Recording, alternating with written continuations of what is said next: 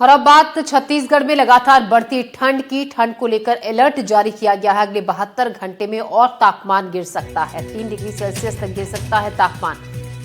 प्रदेश में सुबह सुबह कड़ाके की ठंड है, तो एक बार फिर से ठंड का असर बढ़ने वाला है। मौसम विभाग के मुताबिक प्रदेश में अगले 3 दिन तक न्यूनतम तापमान 1 से 3 डिग्री सेल्सियस तक की गिरावट इसमें दर्ज की जा सकती है। खासकर सुबह और रात के समय ठंड का एहसास तेज होगा। हालांकि प्रदेश में फिलहाल मौसम शुष्क बना रहेगा और कहीं भी वर्षा की संभावना नहीं जताई गई है। धुंध और कोहरे का असर कुछ इलाकों में लोगों की दिनचर्या को प्रभावित कर सकता है। तो छत्तीसगढ़ में ठंड बढ़ रही है।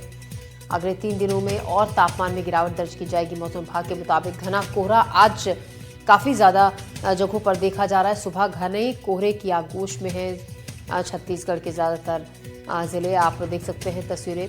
और घने कोहरे की वजह से विजिबिलिटी भी काफी कम हो गई है। ऐसे में सुबह सुबह सड़कों पर वाहन चालकों को खासी परेशानी हो रही है। तो घना कोहरा जो परेशानी को बढ़ा रहा है। ठंड काफी ज्यादा बढ़ गई है। ठंडी हवाएं चल रही हैं। पहाड़ों पर हो रही बर्फबारी का असर अब मैदानी इलाकों में साफ देखा जा सकता है। छत्तीसगढ़ की सड़कों पर इस तरीके की तस्वीरें नजर आई घने कोहरे के बीच। और मौसम पर ही ज्यादा जानकारी के साथ बालोद से हमारे सहयोगी संतोष साहू, आयुष श्रीवास्तव कोंडागांव से हमारे साथ जुड़ रहे हैं। हम रुक करते हैं कोंडागांव का। आयुष, कोंडागांव के अगर हम मौसम की बात करें, कैसा मौसम इस वक्त है? क्योंकि ठंड काफी ज्यादा बढ़ गई है और घना कोहरा भी आज ज्यादातर शहरों में देखा जा रहा है। जी बता दूं, कोंडागांव की मौसम की हम बात करें तो अभी लगातार 3 दिनों से काफी ज्यादा बदली यहाँ पर नजर आ रही है। जो मौसम में बदली आया है तो उसके बाद से ठंड में काफी ज्यादा बढ़ोतरी आई है और तापमान काफी ज्यादा यहाँ पर गिरता नजर आ रहा है। आपको बता दूं, कल रात की जब बात करें अपन तो कल रात को तापमान -5 डिग्री तक उतर गया था। 5 डिग्री तक पूरा मतलब ठंड यहाँ पर ज्यादा हुई थी। और सुबह की बात करें तो सुबह भी 6-7 डिग्री के आसपास सुबह मौसम रहता है। और लगातार ठंड इस प्रकार अभी बढ़ती नजर आ रही है। 7 साढ़े 7 बजे तक तो ये हाल रहता है कि सड़कों पर सामने से आ रही गाड़ियां भी दिखनी यहाँ पर बंद हो जाती है और विजिबिलिटी जीरो हो जाती है और ठंड काफी ज्यादा यहाँ पर बढ़ रहा है। जी आयुष, तो ठंड काफी ज्यादा बढ़ गई है। संतोष साहू, अगर हम बालोद के मौसम की बात करें तो बालोद में इस वक्त कैसा मौसम है? क्योंकि तापमान में काफी ज्यादा गिरावट न्यूनतम तापमान में दर्ज की गई है। जी बिल्कुल, बालोद जिले में जो न्यूनतम तापमान जो है, जो लगभग सुबह 6 डिग्री 7 डिग्री तक पहुंच चुका है, क्योंकि पिछले 2 दिनों तक के जो बदली का मौसम था, जिसके कारण जो तापमान स्थिर था और जो ठंड में भी कमी देखने को मिला था। लेकिन बीती रात से अचानक जब मौसम खुलने के बाद लगातार जो ठंड देखने को मिला है। आज सुबह की तापमान की बात की जाए तो 6 डिग्री तक ये तापमान पहुंचा। और सुबह जब हम बस स्टैंड पहुंचे तो कई लोग यहाँ पे अलाव का सहारा लेते दिखे, क्योंकि जिस जगह हम खड़े हैं बालोद का नया बस स्टैंड है। और यहाँ पे आप देख सकते हैं कि मेरे पास यहाँ पे अभी कुछ लोग यहाँ बैठे थे, अलाव का सहारा लेते हुए नजर आए थे। अभी भी एक व्यक्ति यहाँ बैठा है जो कि ठंड के कारण जो अपनी दिनचर्या की शुरुआत जो है, पहले अलाव लेते हैं, अलाव लेने के बाद फिर थोड़ी गर्माहट आने के बाद अपने जो रोजमर्रा की जो जीवन है, जो दैनिक कार्य की और इन लोग आगे बढ़ते हैं। और खासतौर पे जो बात की जाए, जो बस यात्री भी यहाँ पे पहुंचे हैं, तो बस स्टैंड में भी यहाँ पे आज अलाव जब नहीं मिला तो उनके बाद कुछ यहाँ पे जो पेपर हो गए और कुछ रद्दियां इकट्ठा करके आग जला करके पहले अलाव का सहारा लिए, उसके बाद बस में यात्री चढ़ते नजर आए। तो कहीं न कहीं ठंड का तो अब असर साफ तौर से देखने को मिल रहा है और ये अनुमान लगाया जा रहा है कि ठंड अगले कुछ दिनों में और ज्यादा बढ़ सकती है। जी जी बिल्कुल, ठंड और ज्यादा बढ़ सकती है, जैसा मौसम विभाग अनुमान भी लगा रहा है, संभावना जता रहा है। ऐसे में संतोष, एक और बात, अगर प्रशासन के इंतजामों की हम बात करें ठंड में, क्योंकि जगह जगह लकड़ी का इंतजाम किया जाता है, लकड़ी रखी जाती है, अलाव का इंतजाम होता है, रैन बसेरों में व्यवस्था को ठीक किया जाता है, उस तरीके के इंतजाम कुछ दिख रहे हैं वहां पर? जी बिल्कुल, मैं जिस जगह खड़ा हूँ, ये बालोद का नया बस स्टैंड है। अभी हमने यहाँ पे कुछ लोगों से पूछा, जब उन्होंने यहाँ पे रद्दियां जलाई, जो बात मैंने पहले ही बताई थी, भाई रद्दियां जला रहे, तो बोले भाई कि यहाँ पे कुछ दिनों पहले जो लकड़ियां उपलब्ध कराई जाती थी, लेकिन पिछले 2-3 दिनों से जो यहाँ पे जो स्थानीय जो प्रशासन है, यहाँ पे लकड़ियां उपलब्ध नहीं करा रही है, जिसके कारण लोगों को जो आसपास में जो कूड़ा करकट है, इसे इकट्ठा करके, जैसे मेरे पीछे भी अभी मैं आपको यहाँ पे दिखा रहा हूँ, यहाँ पे लकड़ियां इकट्ठा नहीं कराई गई थी। यहाँ पे जो ये जो कुछ आप साफ तौर से देख सकते हैं ये जो लकड़ियां हैं, ये लकड़ियां जो है एक जो कार्टून होते हैं, जो फल के जो बॉक्स होते हैं, उस बॉक्स को तोड़ करके यहाँ पे जलाई जा रही है। तो यहाँ पे प्रशासन की व्यवस्था की बात की जाए तो वैकल्पिक व्यवस्था प्रशासन द्वारा बहुत अच्छे तरीके से नहीं की गई है, ये कहा जा सकता है। जी जी, तो इंतजाम उतने काफी नहीं दिख रहे हैं जितने होने चाहिए प्रशासन के, और जो दावे किए जा रहे हैं। फिलहाल कोंडागांव से हमारे सहयोगी आयुष श्रीवास्तव भी हमारे साथ, आयुष श्रीवास्तव बने हुए हैं।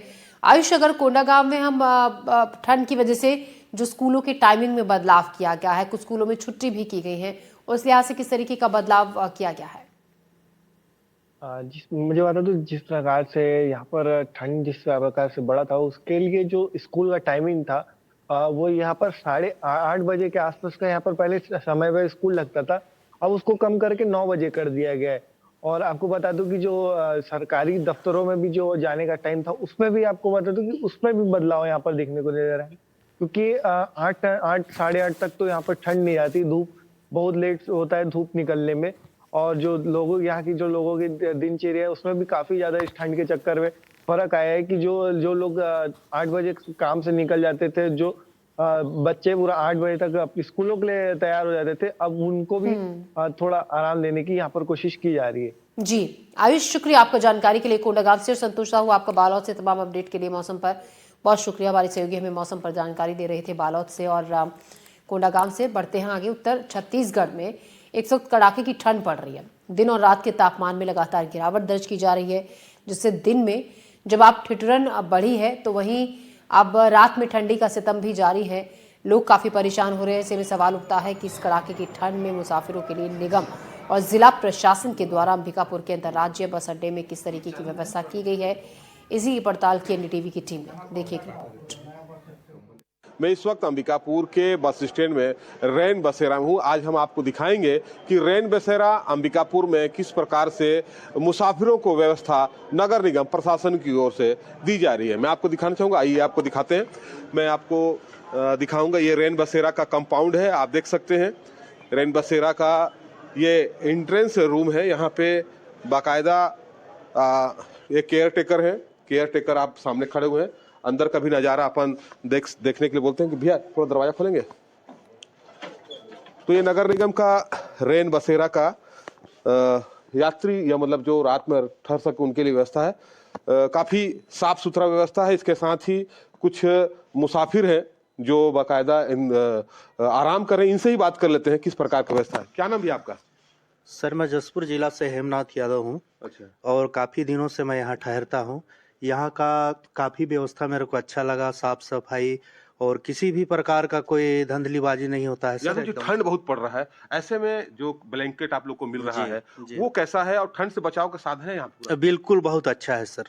जी, तो आप देख सकते हैं ये यादव जी हैं जो जसपुर से आए हुए हैं। उनका कहना है कि व्यवस्था काफी बेहतर है। मैं आपको दिखाऊंगा कि देखिए किस प्रकार से बेडों को सुसज्जित करके रखा गया है, जो काफी महत्वपूर्ण है। ऐसे चर्चा रहता है कि व्यवस्था ठीक नहीं रहती, लेकिन अंबिकापुर नगर निगम का जो व्यवस्था है वो काफी सुदृढ़। मैं आपको ब्लैंकेट भी दिखाना चाहूंगा। यहाँ पे ब्लैंकेट भी रखे हैं। अगर किसी को रात में अगर आवश्यकता पड़ता है तो नगर निगम के जो यहाँ के केयर टेकर हैं उनको ये ब्लैंकेट उपलब्ध कराते हैं, वो भी मिनिमम चार्ज में। हम केयर टेकर से ही बात करते हैं कि व्यवस्था किस प्रकार से और कितने लोग यहाँ पे रात में अगर विश्राम कर सकते हैं। क्या नाम भी अपना? मेरा नाम इंद्रधन खलखो। इंद्रधन भैया, यहाँ पे कितने लोग रुक सकते हैं? यहाँ 20 से 25 लोग रहते हैं जी। अभी क्या कितने लोग आते हैं ठंड में? अभी पूरा फुल चल रहा है, बढ़िया ठीक ठाक भीड़ भाड़ रहता है। अच्छा। 20-25 एक्स्ट्रा भी जैसे आते हैं तो उनको मान लीजिए जरूरतमंद आ गया तो चादर कम्बल बिछा के उनको व्यवस्था दिया जाता है। अच्छा, नगर निगम का क्या चार्ज है? नगर निगम का 20 रुपये चार्ज है। 20 रुपये चार्ज है। देख सकते हैं आप कि यहाँ पे जो यात्री या कहीं मुसाफिर जो रुकते हैं उन्हें नगर निगम अंबिकापुर के द्वारा बेहतर व्यवस्था दिया जा रहा है और यहाँ रहने वाले मुसाफिर भी इससे काफ़ी संतुष्ट हैं। बहरहाल आपको बता दूं कि अंबिकापुर में कड़ाके की सर्दी पड़ रही है। ऐसी में नगर निगम और जिला प्रशासन के द्वारा जो व्यवस्था की जा रही है वो काफ़ी बेहतर है। अंबिकापुर से एनटीवी के लिए रोमी सिद्दीकी। छत्तीसगढ़ में इन दिनों कड़ाके की ठंड का सितम जारी है। लगातार तापमान में गिरावट दर्ज की जा रही है। लोगों की मुसीबतें बढ़ गई हैं। ऐसे में मुश्किलें तब और भी ज्यादा बढ़ जाती हैं जब इस कड़ाके की ठंड के बीच लोगों के पास जरूरी सुविधाएं ना हो। इसी को जानने के लिए एनडीटीवी की टीम उत्तर बस्तर कांकेर के नए बस अड्डे पर पहुंची। यहाँ मुसाफिरों के रुकने के लिए रैन बसेरा खोला गया है ताकि मुसाफिरों को कम और सस्ते दर पर बेहतर सुविधा दी जा सके। कांकेर में ठंड का सितम जारी है और ठंड के बीच में जो है लोगों के लिए मुसीबत भी पैदा हो गई है। दरअसल ठंड जो है वो काफी बढ़ने लगी है और शीतलहर का प्रकोप भी देखने को मिल रहा है। जहां हमने देखा था कि सुबह का तापमान लगभग 10 से नीचे जाता जा रहा है, तो वहीं पे हम रैन बसेरा पहुंचे हैं, जायजा लेने पहुंचे हैं, देखने पहुंचे हैं कि आखिर यहाँ पर तमाम व्यवस्थाएं जो की जाती है, जिन दावों किए जाते हैं कि तमाम तरह की सुविधाएं यहाँ पर मिलती हैं, तो वो सुविधाएं यहाँ पर है नहीं। इसे हम जांचने पहुंचे हैं। दरअसल मैं रैन बसेरा के यहाँ मौजूद हूँ। यहाँ पर कुछ लोग रुके हुए हैं और ये जो रुके हुए हैं इनके रुकने की यहाँ पर बाकायदा व्यवस्था की गई है। हालांकि यहाँ पर गद्दे वगैरह नजर आ रहे हैं, लेकिन ये जानकारी निकलकर सामने आ रही है कि कुछ लोगों के पास कंबल वगैरह कम है। ऐसी जानकारी निकलकर सामने आई थी। हम कुछ लोग यहाँ पर सिर्फ रात का वक्त है, ऐसे में सब आराम कर रहे हैं, तो इनसे बात करने की हम कोशिश करते हैं, जानने की कोशिश करते हैं। भैया कहाँ से आए हैं आप? कहाँ से आए हैं? जी मैं भिलाई से आया हूँ भिलाई सर। से आए हैं। यहाँ पे क्या क्या व्यवस्था मिल रही है आपको? मतलब रहने के लिए है, मतलब सोने के लिए व्यवस्था ओढ़ने के लिए कंबल वगैरह है। है? देखिए, मिला है कंबल? कैसा कंबल है, पतला या मोटा है? ये तो पतली है सर पतला है। जी। जी और बाकी लोग आपके साथी कोई रुके हैं यहाँ पे? नहीं, वो खिलौने वाले हैं सर। हाँ। और बाकी मैं तो अभी आया हूँ। अच्छा, अभी आए हैं। हाँ जी। चलिए कुछ लोगों से और बात करते हैं। कहाँ से आए हैं भैया आप? सर बनारस से। बनारस से आए हैं। तो ठंड कैसी है यहाँ पर? ठंड सर नॉर्मल है। यूपी में तो ठंड अच्छी पड़ती होगी। यूपी में बहुत ज्यादा ठंड है सर। तो बस्तर में कैसी लग रही ठंड? बने सर यहाँ ठंड पे। ठंड ठीक है। हाँ, ऐसे कंबल वगैरह मिल रहे हैं आपको? जी जी मिला है। कंबल मिले हैं? हाँ, ठीक है, कंबल यहाँ पर बढ़िया बढ़िया। कोई दिक्कत तो नहीं है? कोई दिक्कत नहीं सर। कोई दिक्कत नहीं। ये यहाँ पर ये देखते हैं, इनकी निगरानी करते हैं, क्योंकि रात का वक्त है। ऐसे में जो है खास तौर पर जो यहाँ रुकने वाले लोग हैं उनको किसी प्रकार की दिक्कत ना हो, इस बात का ख्याल ये रखते हैं। बता रहे हैं कि हालांकि थोड़ी कमी जरूर है, लेकिन उसे व्यवस्था दुरुस्त करने का प्रयास किया जा रहा है। नगर पालिका के माध्यम से जो अलाव की व्यवस्था की जाती थी गली मोहल्लों में, वार्ड के चौक चौराहों पर, वहां पर फिलहाल अलाव की व्यवस्था दिखाई नहीं दे रही है। और जो रैन बसेरे की जो जगह है जहां पर काफी संख्या में लोग पहुंचते हैं, यहाँ पर रुकते हैं, उनके लिए भी जो व्यवस्था यहाँ पर लकड़ी की व्यवस्था की जाती है, अलाव जलाने की व्यवस्था की जाती है, फिलहाल वो नजर नहीं आ रही है और यहाँ पर किसी प्रकार की व्यवस्था नहीं है। ऐसी बात भी कह रहे हैं लकड़ी को लेकर। लेकिन जो हमने देखा, हम लोगों से बात की, उनका कहना है कि व्यवस्थाएं ठीक है, कंबल की कमी जरूर इन्होंने बताई है, लेकिन वो भी कमी धीरे से पूरी हो जाएगी, ऐसी बात कही जा रही है। नीरज तिवारी, एनडीटीवी, कांकेर।